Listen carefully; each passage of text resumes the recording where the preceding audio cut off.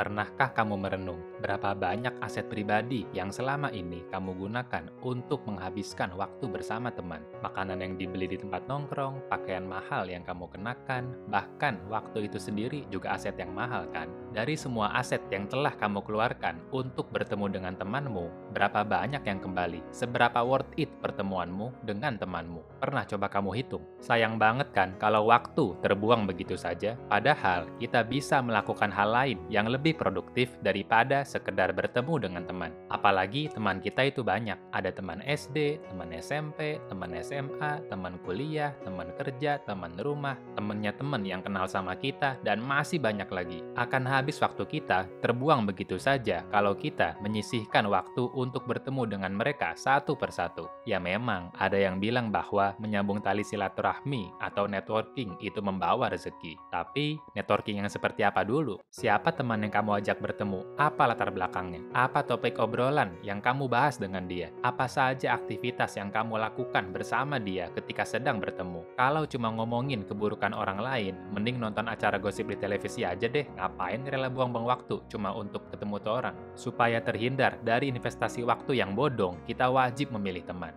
Bukan soal dia pejabat atau budak korporat, pengusaha atau pedagang kaki lima, lulusan S3 atau tidak sekolah, tetapi berapa banyak manfaat yang bisa kita ambil ketika berinteraksi langsung dengan dia. Setelah berinteraksi dengan dia, apa yang kamu dapatkan? Wawasanmu bertambah nggak? Perspektifmu meluas nggak? Hatimu semakin tenang nggak? Akalmu semakin puas nggak? Atau bahkan pekerjaanmu bertambah nggak? Saldo rekeningmu semakin banyak nggak? Kalau itu semua kamu dapatkan, lanjutkan pertemananmu dengan dia secara lebih mendalam. Persering interaksimu dengan dia. Bahkan, kamu yang harus aktif mengajak dia. Bila perlu, traktir dia. Kenakan pakaian terbaikmu ketika bertemu dengan dia. Banyak-banyaklah bertanya kepada dia. Buat dia merasa sepenuhnya dihargai olehmu sehingga dia nyaman untuk membagikan seluruh kualitas yang dia miliki. Itu baru namanya teman sejati. Ada ungkapan bahwa kamu adalah 5 orang terdekatmu. Mungkin kamu sudah sangat sering mendengar ini. Makna lebih dalam dari ungkapan ini adalah siapa orang-orang yang ada di sekelilingmu akan berpengaruh besar dalam membentuk karaktermu yang sekarang.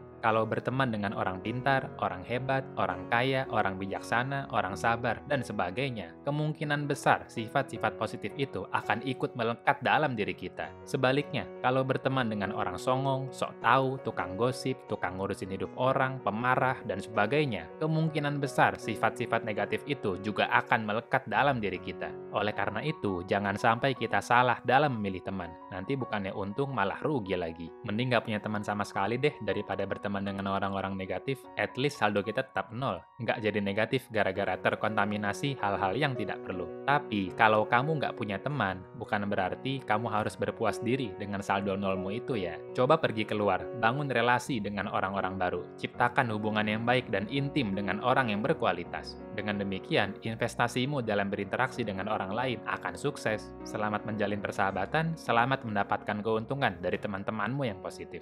Salam persahabatan.